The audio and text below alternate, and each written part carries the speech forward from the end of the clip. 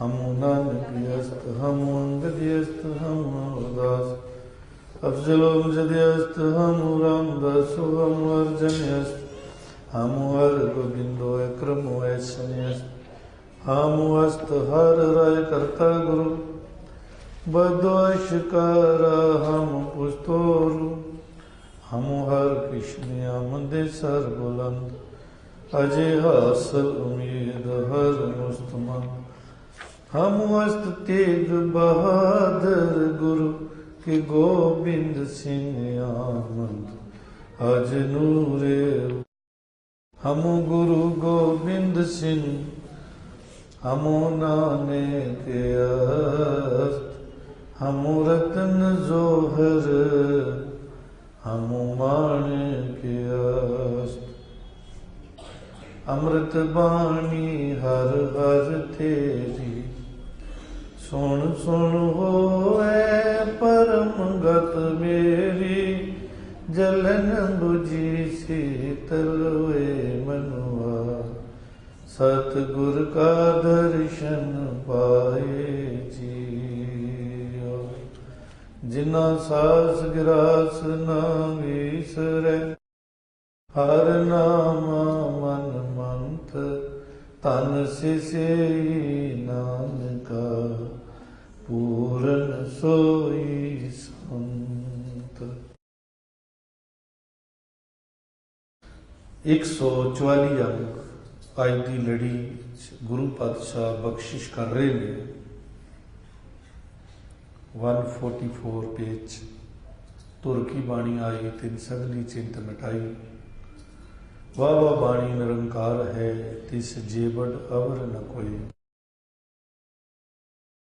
13 number Pauri माज की वार महला पहला। इस पौड़ी के नाल करीबन 7 श्लोक जुड़े हुए हैं जिसकी विचार गुरु पातशाह ने आप जी नाल सांझी करवाई। आओ हम पौड़ी को समझते हाँ भी इस पौड़ी के अंदर गुरु पातशाह साडी झोली च की बख्शिश पा रहे हैं। इस पौड़ी के अंदर पहली गल दसी है वाहिगुरु का हुक्म ते हुक्मी। पहले हुक्म की समझ आएगी फिर हुक्मी की समझ आएगी कि हुक्म करन वाला कौन। हुक्म मीन्स कमांड, किदी कमांड है साडे उत्ते, कौन कमांड कर रहे हैं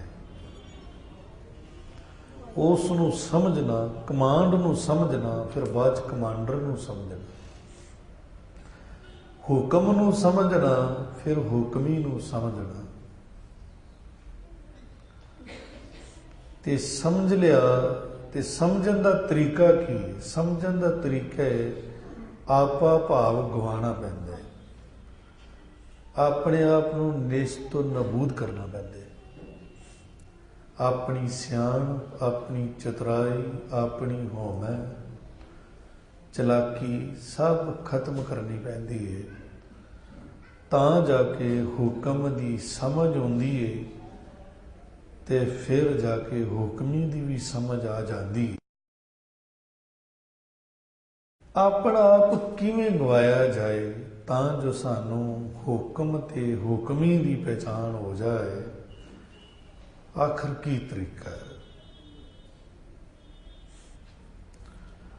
हुक्मी ते हुक्म नू पहचानण वास्ते स्वयं नू गवाना ते स्वयं नू मिटाना, आप गवाइए तां शो पाइए और कैसी चतुराई।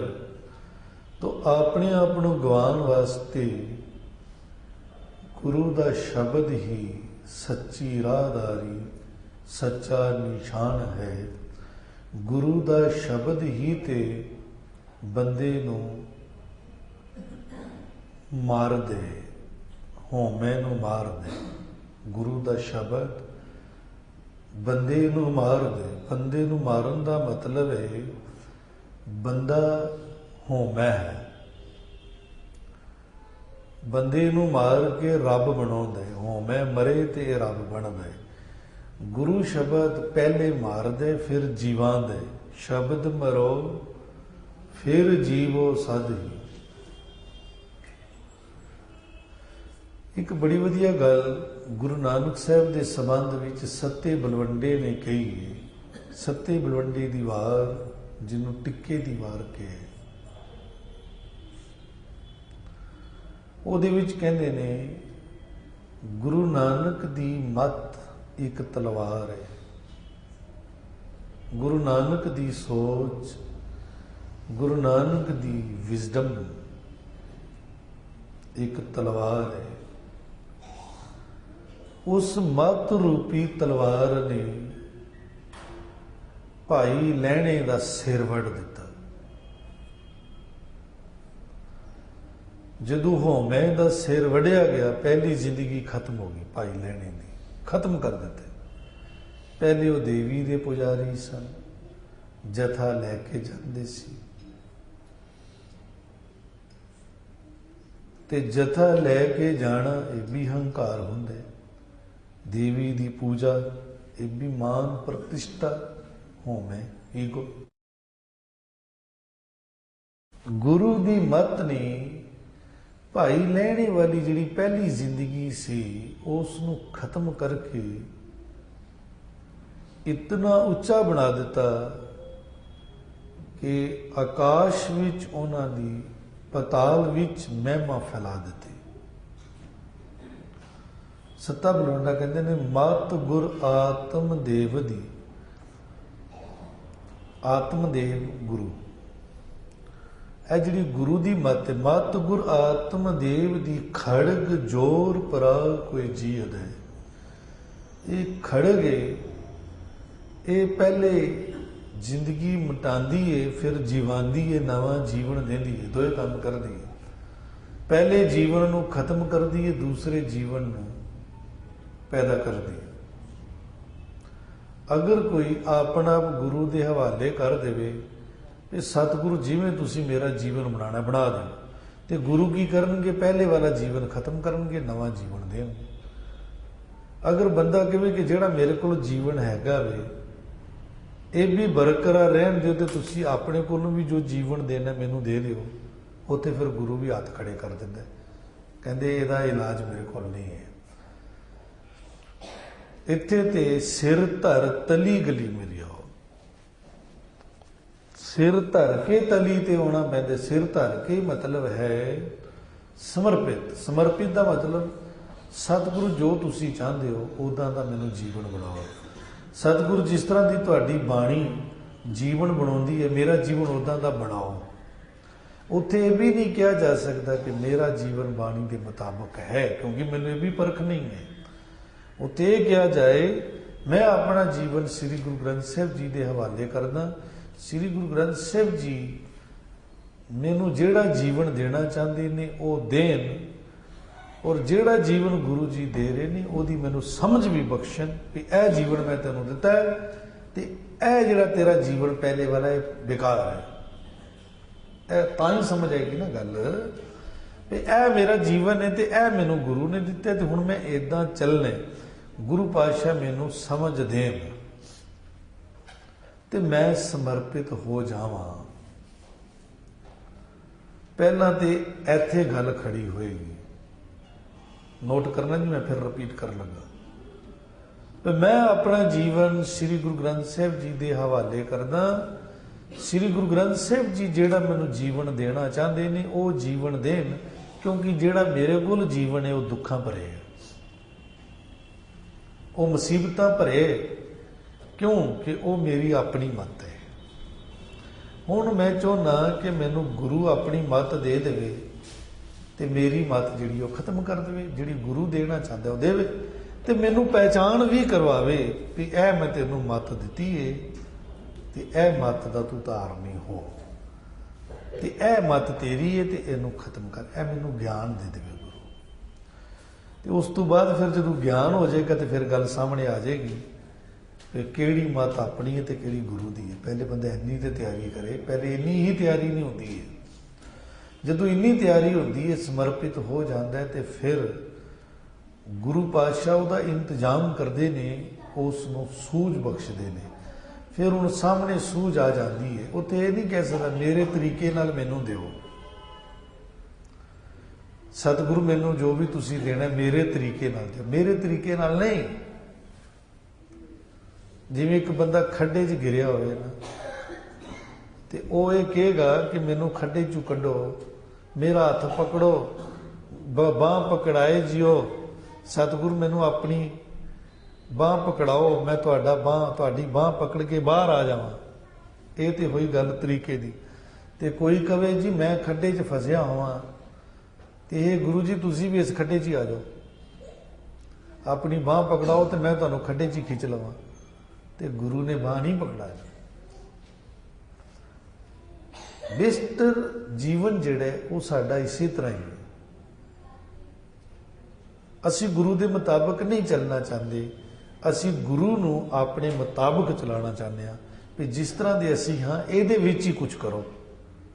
ਹੁਣ ਇਹਦੇ ਵਿੱਚ ਸਤਿਗੁਰੂ ਨੇ ਜੋ ਕਰਨਾ ਸੀ ਉਹ ਤਾਂ ਕਰ ਦਿੱਤਾ, ਇਹਦੇ ਵਿੱਚ ਦੁੱਖ ਹੈਗੇ ਨੇ ਉਹ ਤਾਂ ਦੇ ਦਿੱਤੇ ਨੇ, ਇਹਦੇ ਵਿੱਚ ਤਕਲੀਫਾਂ ਹੈਗੀਆਂ ਨੇ ਉਹ ਤਾਂ ਗੁਰੂ ਨੇ ਦੇ ਦਿੱਤੀਆਂ ਨੇ, ਹੋਰ ਕੀ ਦੇਵੇ। ਗੁਰੂ ਕਹਿੰਦੇ ਹੁਣ ਤੋਂ ਅਗਰ ਠੀਕ ਜੀਵਨ ਗੁਜ਼ਾਰਨਾ ਚਾਹੁੰਦੇ ਤੇ ਗੁਰ ਕੀ ਮੱਤ ਤੂੰ ਲੈ ਇਆਣੇ, ਭਗਤ ਬਿਨਾ ਡੂਬੇ ਸਿਆਣੇ। ਇੱਥੇ ਗੱਲ ਚੱਲ ਰਹੀ ਸੀ ਹੁਕਮ ਤੇ ਹੁਕਮੀ, ਤੇ ਇਹਨੂੰ ਸਮਝਣ ਵਾਸਤੇ ਆਪਣਾ ਆਪ ਗਵਾਣਾ, ਤੇ ਆਪਣੇ ਆਪ ਨੂੰ ਗਵਾਉਣ ਵਾਸਤੇ ਸ਼ਬਦ ਦੀ ਜ਼ਰੂਰਤ ਹੈ। ਸ਼ਬਦ ਬਗੈਰ ਆਪਣਾ ਆਪ ਨਹੀਂ ਗਵਾਇਆ ਜਾ ਸਕਦਾ। ਉਸ ਤੋਂ ਅਗਲੀ ਗੱਲ ਦੱਸੀ ਹੈ ਕਿ ਇੱਕ ਉਹ ਤਬਕਾ ਹੈ ਜਿਹੜਾ ਮਨਮੁਖ ਹੈ, ਮਨ ਦੇ ਪਿੱਛੇ ਚੱਲਦਾ ਹੈ। ਉਹ ਕਿੰਨੀਆਂ ਸਜ਼ਾਵਾਂ ਭੋਗਦੇ ਨੇ ਜਿਹੜੇ ਕਿ ਹੁਕਮ ਨੂੰ ਤੇ ਹੁਕਮੀ ਨੂੰ ਨਹੀਂ ਬੁੱਝਦੇ, ਕਿਉਂਕਿ ਉਹ ਆਪਣਾ ਆਪ ਗਵਾਉਣਾ ਹੀ ਨਹੀਂ ਚਾਹੁੰਦੇ। ਕਿਉਂ ਨਹੀਂ ਗਵਾਉਣਾ ਚਾਹੁੰਦੇ? ਉਹਨਾਂ ਨੇ ਸ਼ਬਦ ਦੀ ਸੂਝ ਸਮਝ ਨਹੀਂ ਲਈ ਹੈ, ਤੇ ਉਹ ਆਪਣੇ ਮਨ ਦੇ ਪਿੱਛੇ ਚੱਲ ਕੇ ਕੂੜ ਹੀ ਇਕੱਠਾ ਕਰਦੇ ਨੇ। ਭਰਮ ਦੇ ਵਿੱਚ ਭੁੱਲੇ ਹੋਏ ਅਨੇਕ ਜੂਨੀਆਂ ਦੇ ਵਿੱਚ ਉਹਨਾਂ ਦਾ ਵਾਸ ਹੁੰਦਾ ਔਰ ਤਕਲੀਫਾਂ ਹੀ ਚੱਲਦੇ ਰਹਿੰਦੇ ਨੇ। ਲਾਸਟ ਵਿੱਚ ਕਿ ਖੇਲ ਪ੍ਰਮਾਤਮਾ ਦਾ ਆਪਣਾ, ਇਸ ਖੇਲ ਦੇ ਵਿੱਚ ਉਹ ਖੋਟੇ ਤੇ ਖਰੇ ਦੀ ਪਹਿਚਾਣ ਕਰਦਾ, ਆਪ ਕਰਦਾ। ਇੱਥੇ ਅਸੀਂ ਕਿਸੇ ਨੂੰ ਕਹਿ ਦਈਏ ਕਿ ਇਹ ਬੰਦਾ ਖੋਟਾ ਹੈ, ਇਹ ਪਤਾ ਨਹੀਂ ਕਿ ਦੂਸਰੇ ਦਿਨ ਰੱਬ ਨੂੰ ਖਰਾ ਹੀ ਕਰਦਾ। ਇੱਥੇ ਕਿਸੇ ਨੂੰ ਕਹਿ ਦਈਏ ਜੀ ਬੜਾ ਹੀ ਖਰਾ ਹੈ, ਇਹ ਤੇ ਬਿਲਕੁਲ ਖਰਾ ਹੈ, ਸ਼ੁੱਧ ਹੈ, ਤੇ ਦੂਸਰੇ ਦਿਨ ਉਹਦੇ 'ਚ ਖੋਟ ਹੀ ਪਾ ਦੇਵੇ। ਇਸ ਲਈ ਕੌਣ ਖਰਾ ਤੇ ਕੌਣ ਖੋਟਾ ਇਹ ਰੱਬ ਦੇ ਘਰ 'ਚ ਹੀ ਪਰਖੇ ਜਾਂਦੇ ਨੇ। ਇਹ ਨਹੀਂ ਕਿ ਇੱਥੇ ਪਰਖ ਨਹੀਂ ਹੁੰਦੀ ਹੈ, ਰੱਬ ਦਾ ਘਰ ਇੱਥੇ ਨਹੀਂ ਹੈ, ਐਸਾ ਨਹੀਂ ਹੈ। ਜੀਂਦਿਆਂ ਜੀ ਵੀ ਬੰਦੇ ਦੀ ਪਰਖ ਹਰ ਵੇਲੇ ਹੋ ਰਹੀ ਹੈ। ਇਹਦੇ ਵਿੱਚ ਮਾਨ ਨਹੀਂ ਕੀਤਾ ਜਾ ਸਕਦਾ ਵੀ ਮੈਂ ਖਰਾ, ਤੇ ਇਹਦੇ 'ਚ ਅਪਮਾਨ ਵੀ ਨਹੀਂ ਕੀਤਾ ਜਾ ਸਕਦਾ ਵੀ ਇਹ ਖੋਟਾ ਹੈ, ਕਿਉਂਕਿ ਖੋਟੇ ਖਰੇ ਦਾ ਹੀ ਤੇ ਖੇਲ ਚੱਲ ਰਿਹਾ ਸਾਰਾ। ਇਹਦੀ ਪਹਿਚਾਣ ਉਹ ਆਪ ਕਰਾਵੇ, ਤੇ ਉਸ ਪਹਿਚਾਣ ਦੇ ਵਿੱਚ ਅਭਿਮਾਨ ਨੂੰ ਵੀ ਦੂਰ ਕਰਵਾਵੇ, ਤਾਂ ਹੀ ਗੱਲ ਬਣੇਗੀ। ਆਓ ਇਸ ਪੌੜੀ ਦੀ ਵਿਚਾਰ ਸਾਂਝੀ ਕਰੀਏ। 8 ਲਾਈਨਾਂ ਦੀ ਪੌੜੀ ਹੈ, ਸਾਰੀਆਂ ਪੌੜੀਆਂ 8 ਲਾਈਨਾਂ ਦੀਆਂ ਇਸ ਵਾਰ ਦੇ ਵਿੱਚ ਆ ਰਹੀਆਂ ਨੇ। ਪੌੜੀ ਸੱਚਾ ਤੇਰਾ ਹੁਕਮ ਗੁਰਮੁਖ ਜਾਣਿਆ। हे ਪ੍ਰਮਾਤਮਾ ਤੇਰਾ ਹੁਕਮ ਸੱਚਾ ਹੈ। ਸੱਚੇ ਦਾ ਮਤਲਬ ਹੈ ਉਹ ਟਲ ਨਹੀਂ ਸਕਦਾ, ਅਟਲ ਹੈ, ਉਹ ਮੰਨਣਾ ਪੈਂਦਾ ਹੈ। ਤੇਰਾ ਹੁਕਮ ਸੱਚ ਦਾ ਮਤਲਬ ਉਹਨੂੰ ਬਦਲਿਆ ਨਹੀਂ ਜਾ ਸਕਦਾ। ਜਿਵੇਂ ਪਾਰਲੀਮੈਂਟ ਦੇ ਅੰਦਰ ਕੋਈ ਗੱਲ ਕਹਿ ਕੇ ਫਿਰ ਉਹ ਬਦਲ ਜਾਂਦੇ ਨੇ। ਪਹਿਲਾਂ ਗੱਲ ਕਹਿ ਦਿੰਦੇ ਨੇ, ਫਿਰ ਉਹ ਰਿਸਪੌਂਸ ਕੀ ਆਉਂਦਾ, ਫਿਰ ਉਸ ਨੂੰ ਦੁਬਾਰਾ ਬਦਲਿਆ ਜਾਂਦਾ। ਰੱਬ ਦੇ ਘਰ 'ਚ ਐਸਾ ਨਹੀਂ, ਉੱਥੇ ਇੱਕ ਵਾਰੀ ਫਰਮਾਨ ਹੋਇਆ ਜੋ ਉਹ ਹੋਇਆ ਹੀ ਹੋਇਆ ਹੈ, ਤੇ ਉਹਦਾ ਹੁਕਮ ਬਿਲਕੁਲ ਅਟਲ ਹੈ, ਸੱਚਾ ਹੈ, ਕਿਉਂਕਿ ਰੱਬ ਆਪ ਸੱਚਾ ਹੈ, ਉਹਦਾ ਹੁਕਮ ਸੱਚਾ ਹੈ, ਤੇ ਉਸ ਸੱਚੇ ਹੁਕਮ ਨੂੰ ਗੁਰੂ ਦੇ ਰਾਹੀਂ ਜਾਣਿਆ ਜਾਂਦਾ ਹੈ। सच्चे हुक्म नूं भी समझना। सच्चे हुक्म दे विच इह हुंदा है, जिवें बाणी च किहा है, तेरे घर सदा सदा है न्याओ, जां तिस भावे तां हर गुण गाओ। तेरे घर सदा सदा है न्याओ। हे परमात्मा, तेरे घर च इंसाफ है। सानू जो कुछ भी मिल रहा है, ये साडे नाल इंसाफ ही हो रहा है, सच ही है। साडे नाल चंगा हो रहा है तां, मंदा हो रहा है तां, ये बिल्कुल उहदे घर चों ही इंसाफ हो रहा है। जे असीं ये गल मनदे हां कि सुख दुख प्रभ देवनहार, जे साडे जीवन च दुख है तो उहदे च भी साडा कोई फाल्ट ते है, कुछ ते है। अगर सानू सुख भी मिल रहा है तो तां भी कोई गल ते है, क्योंकि उहदा हुक्म जिहड़ा है वो बिल्कुल इंसाफ वाला है, तां ही तो सच्चा है। अगर उहदे हुक्म दे विच गड़बड़ होवे, सच्चाई ना होवे, तो फिर तो उहदे नाल गिला शिकवा भी किया जा सकता है।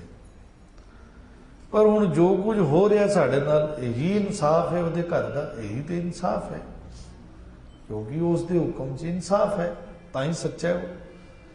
पर इंसाफ है कि नहीं है, इनू मनना बड़ा मुश्किल है, बहुत मुश्किल है। बाबा फरीद साहब का एक बड़ा प्यारा बचन है। फरीद साहब कहते ने, जे तू अकल लतीफ काले लिख न लेख।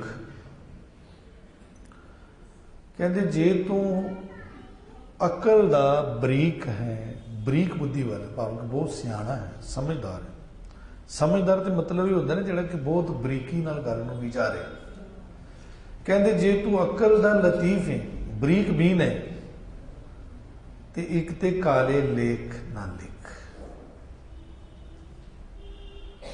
ते दूसरी गल, आपन दे गिरीवान में सिर नीवा कर देख। अपनी गिरीवान च, गिरीवान होंदा है अपने आप नूं चेक कर, वेख। स्वयं नूं बंदा वेखदा नहीं है,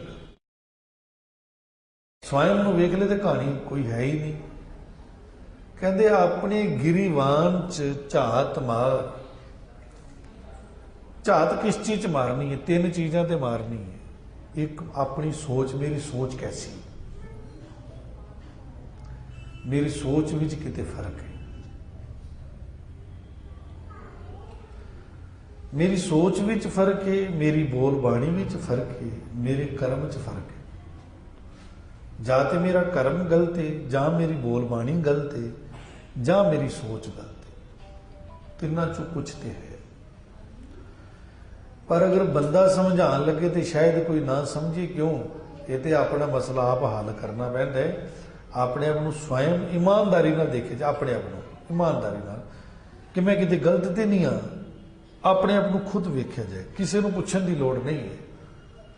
तो सच ये है कि अंदर ही रब है, अंदरों जवाब आएगा भी हाँ मैं किस किस स्टैप ते किथे किथे गलती करता आ रहा, बिल्कुल मनेगा मेरा मन। साहब जी ये दस रहे ने, बाबा फरीद साहब कह रहे, जे तू अकल लतीफ काले लिख न लेख, आपन अड़े गिरीवान में सिर नीवा कर देख। ये सृष्टि है परमात्मा की बनाई हुई। मनुखी ख्याल जिहड़े हन, साडे अंदर दे ख्याल बहुत कुछ बाहरों करवा देंदे ने, ध्यान रखियो।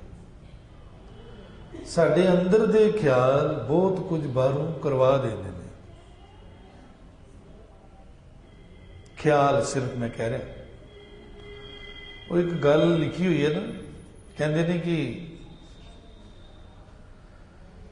एक माता, ਉਹਦੇ ਨਾਲ जवान धी सी, ਜਾਂ ਕਹਿੰਦੇ ਨੂੰਹ ਸੀ, ਤੇ ਕੋਲੋਂ ਕੋਈ ਲੰਘਿਆ,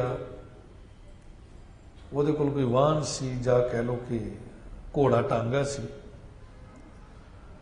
उन्हें कहा भी गल है कि मेरी धी है,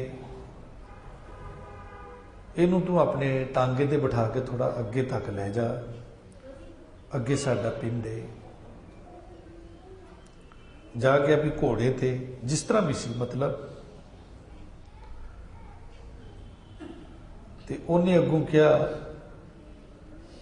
कहता मैं जल्दी जाना है, मैं कोई किसी को भी अपने वाहन ते नहीं बिठाना। इन्नी गल कही उन्हें, वो तो थोड़ा अगे लंघ गया। माता सोचन लग पई भी जवान धी है, गहना गत्ता भी लद्या होया है, पाया होया है, तो मैं तो बहुत वड्डी गलती करन लगी सा। मैं तो इस बंदे नाल भेज के इनू ते किते अपना नुकसान कर लैंदी। उधर बीबी ने सोचा, माता ने तो सोचा, उधर जिहड़ा वाहन वाला सी उन्हें सोचा मैं बड़ी वड्डी गलती की है, मैं तो इस लेडी नूं बिठा लैंदा, रस्ते च ते गहने उतार लैंदा, मैं तो बड़ी बेवकूफ़ी की है, मैनू कह रही सी बिठा लै। उधर माई ने सोचा कि मैं गलती की है, मैं एवें नूं कह बैठी। उधर उन्हें सोचा कि मैं गलती की, मैं बिठा लेना सी। कहते दोबारा पीछे आया, पीछे आके माता नूं कहंदा अच्छा माता तू जी तेरी नूह धी हैगी इनू बिठा दे मेरे नाल। अगों मां ने पता की किया, कहंदी हुण नहीं बिठाना मैं। वो कहंदा क्यों, तू आप ही तो क्या सी। उन्हें अगों जवाब दिता कि जिसने तेनू सिखाया है भी इनू बिठा लै, उन्हें मैनू भी सिखाता है भी इनू ना बिठाई। एक ख्याल है ने। फिर नोट करो, उन्हें कहा भाई सजना हुण मैं नहीं अपनी नूह धी नूं तेरे वाहन ते नहीं बिठा सकती। उन्हें कहा की होया, तू आप ही तो माता क्या सी। उन्हें कहा असल च जिसने तेनू सिखा दिता है ना भी उन्होंने बिठा लै, उन्हें मैनू सिखाता है कि ना बिठाई। बस गल समझ भी जा। ते साडे नाल रोज काम होंदे ने, असीं समझदे क्यों नहीं। हाँ रोज साडे नाल होंदे ने। असल च असीं सुते हुए, सानू अंदर की सोच नहीं पता भी अंदर की सोच की चल रही है। असीं कई बारी बोल रहे होंगे ना तो साडी सोच कुछ होर कह रही है, सोच असीं कुछ होर रहे हैं, बोल कुछ असीं होर रहे हैं। अंदर की सोच का असर बड़ा पैंदा बाहर, ਉਹਦੇ ਨਾਲ दूसरे ਦੇ ख्याल बदल जाते हैं, दूसरे की सोच बदल जाती है। अगर साड़ी अंदर की सोच स्ट्रोंग होवे, बलवान होवे, तो बाहर के बंदियां की सोच बदल जाए। पर साड़ी सोच हुण जिस तरह की हैगी उदां दा ही साडे नाल सब कुछ हुंदा है। सोच नूं पढ़ना, बोल बाणी नूं पढ़ना कि मैं बोल की रहा तो मैं सोच की रहा, मेरे अंदर सोच की चल रही है तो मैं बोल की रहा। तो तीसरा अपना कर्म नूं पढ़ना कि मेरा एक्शन की, मेरा कर्म की, मैं करदा की, बस समझ आ जाती है। इसे नूं फिरी साहब कहते आप नड़े गिरीवान में सिर नीवा कर देख। इत्थे गुरु साहब समझाते भी वाहिगुरू का हुक्म सच्चा है। जो कुछ साडे नाल हुंदा है ये बिल्कुल उहदे हुक्म विच ही हो रहा है, बिल्कुल इंसाफ दे विच हो रहा है। हुण कहांगे चंगा इंसाफ है, असीं दुखी हाँ ते सानू दुख मिल रहा है। कहते सुख दुख प्रभ देवनहार, प्रभु है देनहार, उतों ही आ रहा है। कोई किसी को थोड़ी दे सकता दुख, उतों ही आ रहा है। पर असी समझ नहीं रहे भी ये आ क्यों रहा है, ये क्यों उतों, अगर उतों दुख आ रहा है तो सुख भी उतों ही आ रहा है। तो जी मैं चाहवा सुख ही सुख आवे, आ सकता है। साहब जी समझाते हैं ये हुक्म वरत रहे गुरु दे राही जानिया जाता है। तो जानिया किवें जाता है, गुरमति आप गवाए सच पछाणिया। कहते गुरु की मत नाल जदों कोई अपने आप नूं गवा लै, वो सच नूं पहचान लैंदा है, मतलब हुक्मी नूं भी पहचान लैंदा, जिहड़ा हुक्म कर रहा है उन्होंने भी पहचान लैंदा है। गुरु दे राही सच्चे दा हुक्म समझ विच आ जाता है। पर गुरु की मत नाल पहला अपने आप नूं गवाना पैंदा है। अपने आप नूं गवाण दा अर्थ भी समझना, अपने बारे मनुख बहुत ज़्यादा सोचता है। अपने बारे ਜਦੋਂ ਅਸੀਂ ਆਪਣੇ ਬਾਰੇ ਸੋਚਣਾ ਬੰਦ ਕਰ ਦਿਆਂਗੇ ਨਾ, ਇਹਨੂੰ ਕਹਿੰਦੇ ਨੇ ਆਪਣੇ ਆਪ ਨੂੰ ਗਵਾਣਾ। ਜਿੰਨਾ ਅਸੀਂ ਆਪਣੇ ਬਾਰੇ ਸੋਚਦੇ ਹਾਂ, ਜਿਤਨਾ ਅਸੀਂ ਆਪਣੇ ਪਰਿਵਾਰ ਬਾਰੇ ਸੋਚਦੇ ਹਾਂ, ਤੇ ਪਰਿਵਾਰ ਬਾਰੇ ਵੀ ਕਈ ਇਸ ਤਰ੍ਹਾਂ ਦੇ ਹਨ, ਪਰਿਵਾਰ ਬਾਰੇ ਵੀ ਘੱਟ ਸੋਚਦੇ ਨੇ, ਆਪਣੇ ਬਾਰੇ ਜ਼ਿਆਦਾ ਸੋਚਦੇ ਨੇ। ਪਰਿਵਾਰ ਦੇ ਵਿੱਚ ਵੀ ਉਹਨਾਂ ਲਈ ਕੋਈ ਆਪਣਾ ਸਪੈਸ਼ਲ ਹੁੰਦਾ, ਕੁਝ ਆਪਣੇ ਬਾਰੇ ਜ਼ਿਆਦਾ ਸੋਚਦੇ ਨੇ, ਪਰਿਵਾਰ ਲਈ ਵੀ ਘੱਟ ਸੋਚਦੇ ਨੇ। ਤੇ ਕਈ ਮੋਹ ਗ੍ਰਸਤ ਹੋ ਕੇ, ਮੋਹ 'ਚ ਫਸ ਕੇ, ਉਹ ਸਿਰਫ ਆਪਣੇ ਪਰਿਵਾਰ ਲਈ ਜਾਂ ਆਪਣੇ ਬਾਰੇ ਸੋਚਦੇ ਨੇ। ਤੇ ਆਪਣੇ ਬਾਰੇ ਸੋਚਦੇ ਨੇ, ਆਪਣੇ ਪਰਿਵਾਰ ਲਈ ਸੋਚਦੇ ਨੇ, ਤੇ ਫਿਰ ਆਪਣੇ ਲਈ ਹੀ ਸਭ ਕੁਝ ਕਰਦੇ ਨੇ, ਤੇ ਪਰਿਵਾਰ ਲਈ ਸਭ ਕੁਝ ਕਰਦੇ ਨੇ। ਤੇ ਇਹ ਕੰਮ ਤੇ ਪਸ਼ੂ ਵੀ ਕਰਦੇ ਨੇ। ਸਾਰੇ ਪਸ਼ੂ ਆਪਣੇ ਲਈ ਸੋਚਦੇ ਨੇ। ਸਾਰੇ ਪਸ਼ੂ ਪਕਸ਼ੀ ਆਪਣੇ ਲਈ ਜਾਂ ਆਪਣੇ ਬੱਚਿਆਂ ਲਈ ਸੋਚਦੇ ਨੇ, ਤੇ ਬੰਦਾ ਵੀ ਇਹ ਕੁਝ ਕਰਦਾ। ਤੇ ਫਿਰ ਫਰਕ ਕੀ ਹੈ? ਆਪਣੇ ਆਪ ਨੂੰ ਗਵਾਉਣ ਦਾ ਮਤਲਬ ਹੈ ਆਪਣੇ ਜਿਹੜੇ ਸਾਡੇ ਕੋਲ ਸੁੱਖ ਨੇ, ਉਹ ਅਸੀਂ ਕਿੰਨੇ ਕੁ ਸੰਸਾਰ ਦੇ ਨਾਲ ਸ਼ੇਅਰ ਕੀਤੇ ਨੇ।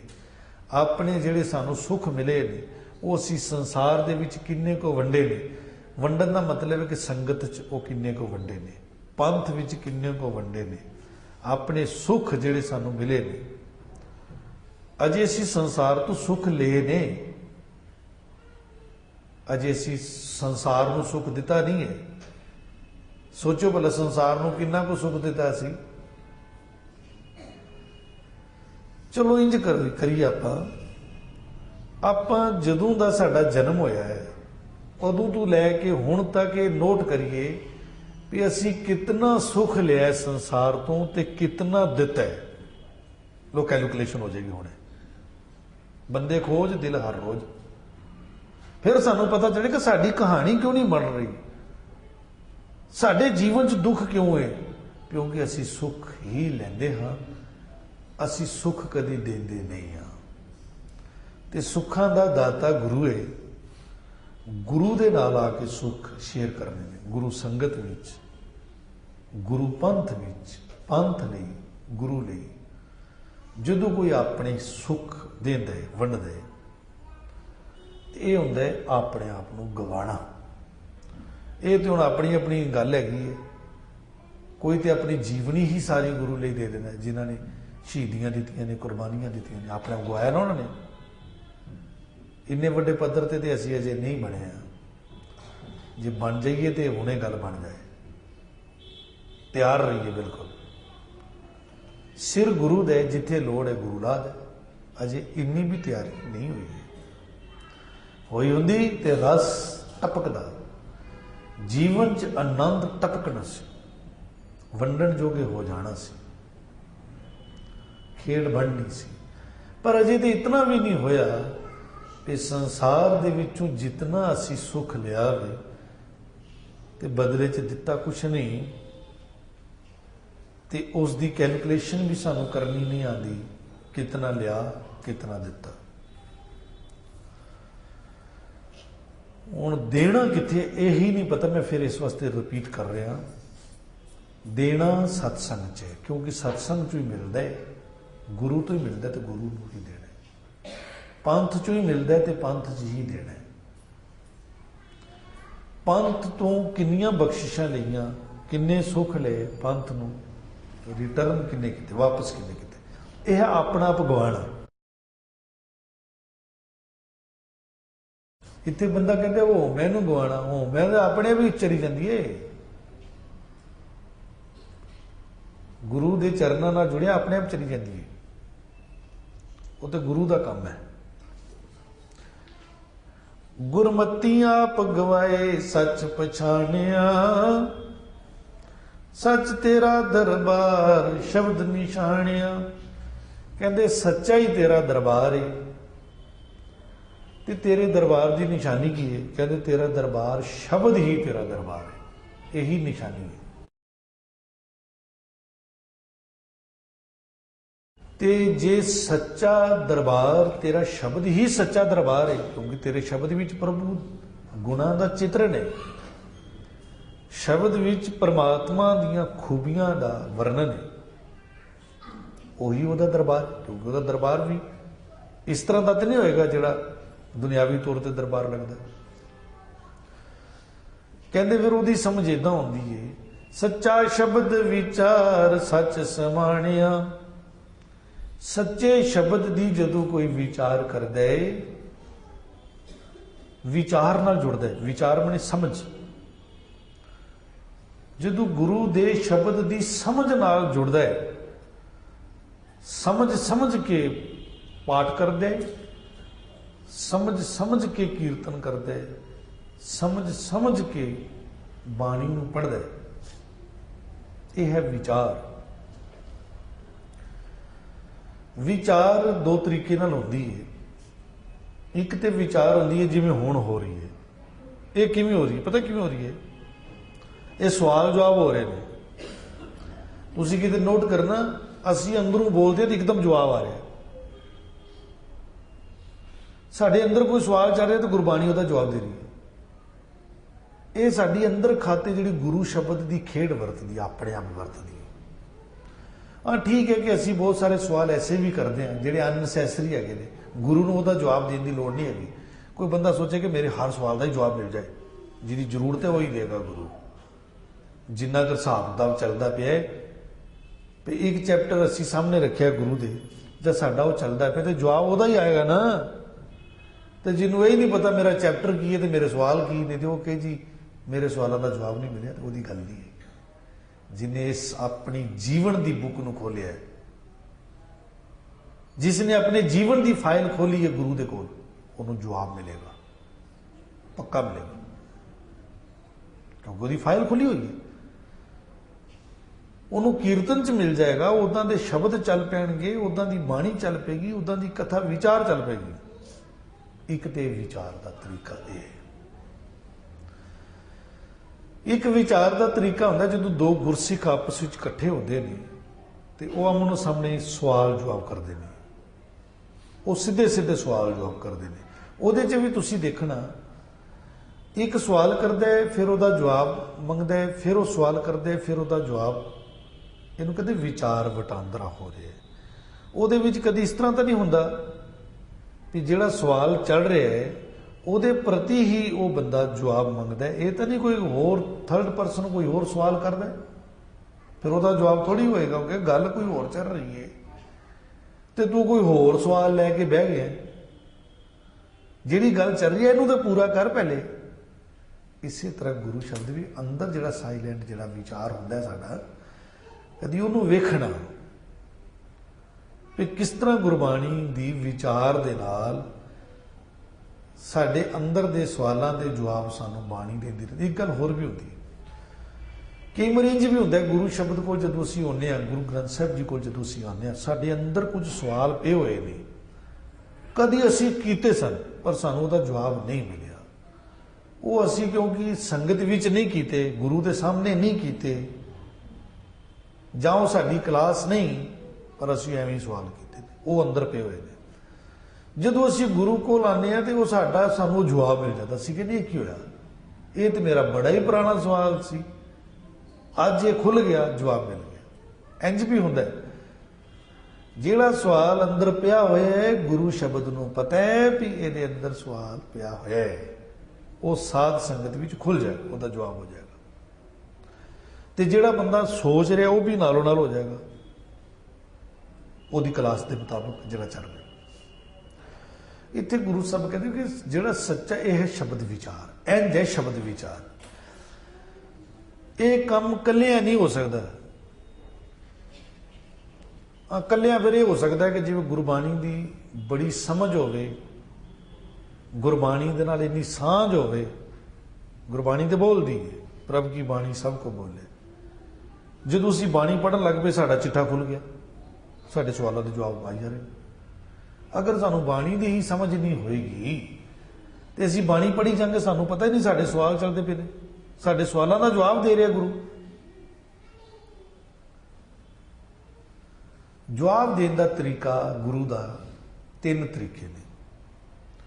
ਜਦੋਂ ਅਸੀਂ ਬਾਣੀ ਪੜ੍ਹਾਂਗੇ, ਜਾਂ ਤੇ ਗੁਰੂ ਸਾਹਿਬ ਆਪਣੇ ਰਾਹੀਂ ਕੋਈ ਗੱਲ ਸਮਝਾ ਰਹੇ ਹੋਣਗੇ ਕਿ ਇਹ ਘਟਨਾ ਮੇਰੇ ਨਾਲ ਵੀ ਹੋਈ ਸੀ, वो शब्द विचारे अपने बार द्वारा दस रहे होंगे, जां फिर सैकंड परसन, फर्स्ट परसन स्वयं अपनी गल, जां फर्स्ट परसन सैकंड परसन दूसरे की गल कर रहे होंगे भी फलाना फलाना पुरुष, फलाना भगत जां फलाना मनमुख, उसकी इस तरह की क्रिया होती है, शब्द भी चो चल रही है, देख लो। जां फिर थर्ड परसन कोई भगत, कोई मनमुख, दैंत, दुष्ट, उसकी गल करके सानू समझा रहे होंगे। असी इस तरीके नाल बाणी समझने कि जो बाणी गल कर रही है तो इन्हां तिन्हां विचों किहड़ा परसन चले, फर्स्ट परसन, सैकंड परसन या थर्ड परसन, ਉਹਦੇ राही समझा रहे हैं गल। तो जे फिर इन्नी सानू समझ नहीं है तो फिर संगत विच विचार होंदी है, फिर ਉਹਦੇ विच टाइम नाल आए बंदा तो ਉਹਦੇ अपने जवाब जिहड़े मिलने शुरू हो जाएंगे। तो जे वो कहना मेरे को टाइम नहीं है तो मैं जो अपने तरीके नाल होना है तो फिर उन्होंने अपनी खुद कमाई करनी पेगी, खुद स्टडी करनी पेगी। तरीका यही है कि जब स्वयं खुद की जाए तो जां फिर जिथे गुरु पातशाह ने रहमतां कीतियां ने उत्थे फिर विचार सरवण करे बाणी दी। साहब जी समझा रहे हैं, सच्चा शब्द विचार सच समाणिया। सच्चे शब्द की विचार विच जदों जीव चला जाता है तो वो सच्चे मालक भी समा जाता है, लीन हो जाता है। ये तो गल की है गुरमुखां की, अगे गल की है मनमुखां की। मनमुख सदा कूड़ियार परम पुलाणिया। जिहड़े मन के पीछे चलते हैं मनमुख, वो सदा ही कुड़ियार विच ने। कुड़ियार की है? नाम तो बगैर सब कुड़ियार है, नाम बिना सब कूड़ गाली होचियां। नाम बगैर जो कुछ भी कर रहे हैं सब कूड़ ही कर रहे हैं, नाम बगैर। तो साहब कहते हैं कि वो भरम दे विच भुलिया होया भुलेखे का शिकार हो रहा है, उहदे नाल धोखा हो रहा है।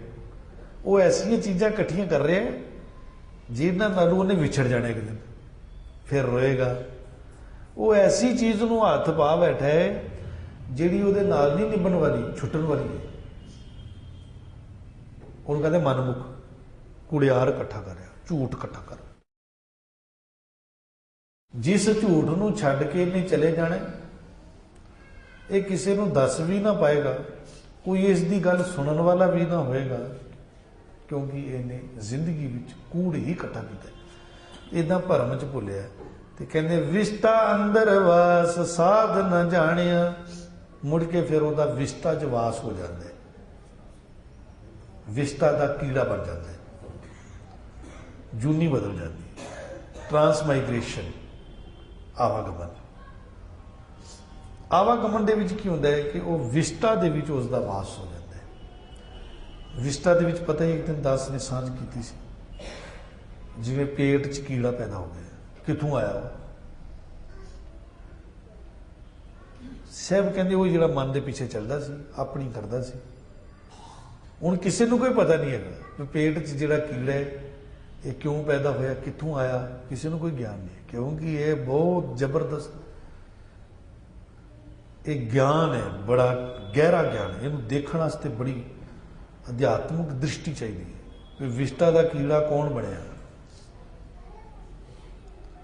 हुण गुरु साहब देख रहे हैं तो कह रहे हैं विष्टा का ਉਹਦੇ अंदर वास हो जाता ਉਹਦਾ, क्योंकि उन्हें नाम के स्वाद ਨੂੰ नहीं जानिया सी। इसलिए